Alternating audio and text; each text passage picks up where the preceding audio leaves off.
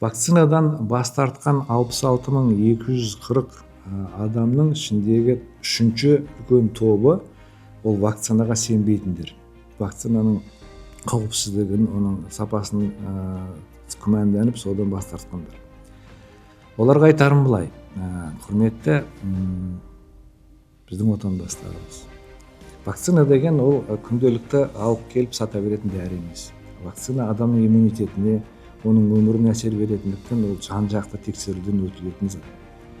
Оны біздің қазіргі жас сәбилерімізбен жасөспірімдерге салып жатқан вакциналардың барлық түрі дүниежүзілік денсаулық сақтау ұйымының тексеруінен өтілген. Солармен келісілген дүниежүзінде жасалып жатқан вакциналардың көптеген тарихы бар вакциналар. Олардың сапасына ешқашан күмәндануға болмайды. Сондықтан бұл жақты себеп қылып, соңсыл тауып вакцинациядан бас тартып, өзіміздің балаларымызды өмірін қауіпке алып келу меніңше үлкен қателік. Соны біраз ойланыңыздар. Ол бір. Екіншіден, әр вакцинаның Қазақстандағы артында сол вакцинаның сапасын, оның тиімділігін, оның қауіпсіздігін бақылайтын қажетті органдар бар. Сол вакцинаның екпе жұмысының бүкіл кең көлемде жасалуымен оның нәтижесіне жауап беретін нақты адамдар бар. Оның бәрі белгілі. Егер соның бәрі мысалға дұрыс есептелмеген болса, осы күнге дейін біз мысалға Қазақстанда жыл сайын 340 мың сәби дүниеге келіп жатыр. Соның барлығына осы екпе жасап жатырмыз. Егер ол вакцинаның бәрі тиімсіз болып, олардың сапасы төмен болса, олардың бәрі ауырып қалар еді ғой. Құдайға шүкір, қазір олардың бәрін, көптеген науқастардың бәрін жоғалтып ұстап отырғанымыз сол вакциналардың сапасының жоғары екеніне байланысты. Сондықтан бұған ешқандай күмәндануға болмайды.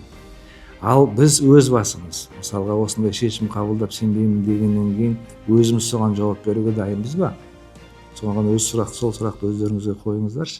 Егер мысалға өзіміздің үйдегі баланы, Құдай сақтасын, бір ауыр бір халге келіп реанимацияға түсіп, соның екпе жасалмағандықтан сол ауруды жұқтырып алса, онда не істейміз? Жаңағы 66.240 деген баланың барлығы қазір олар ешқандай қорғаныссыз. Айтып отырмын, күрделі инфекциялар қазір кез келген уақытта жұғып кетуі мүмкін. Біздің балалардың, сіздердің балаларыңыздың екпе алмаған, бүгінгі күндегі ауырмағаны, ол олардың иммунитетінің күштілігі емес, оның айналасындағы балалардың екпе алғандықтан. Біз егер осы қоғамдағы балалардың 90%-іне екпе жасасақ, қалған 5% ешқашан ауырмайды. Ол 5% деген мысалға түрлі денсаулығында ақауы бар, иммунитеті әлсіз балаларға біз онсыз да салмаймыз.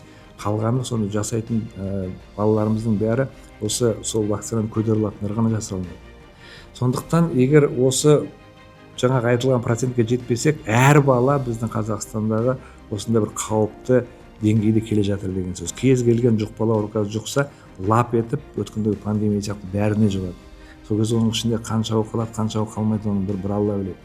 Сондықтан осындай қоғамда соншама баланың өмірін біз қазір тәуекелге беруге ешқандай құқығымыз жоқ. Соны қайтадан ойланыңыздар. Сондықтан осы шешімді дұрыс қабылдаған дұрыс. Егер күмәніңіз болса, сол жердегі мамандарға барып кеңес алыңыздар.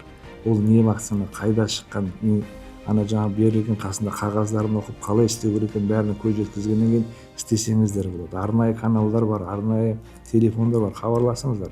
Бірақ өзім баламны мен вакцинаға сенбей жасанмайын деп, оның өміріне қауіп төндіруге ешқандай бізге дұрыс емес. Сонда біраз ойлануларыңызды сұраймын.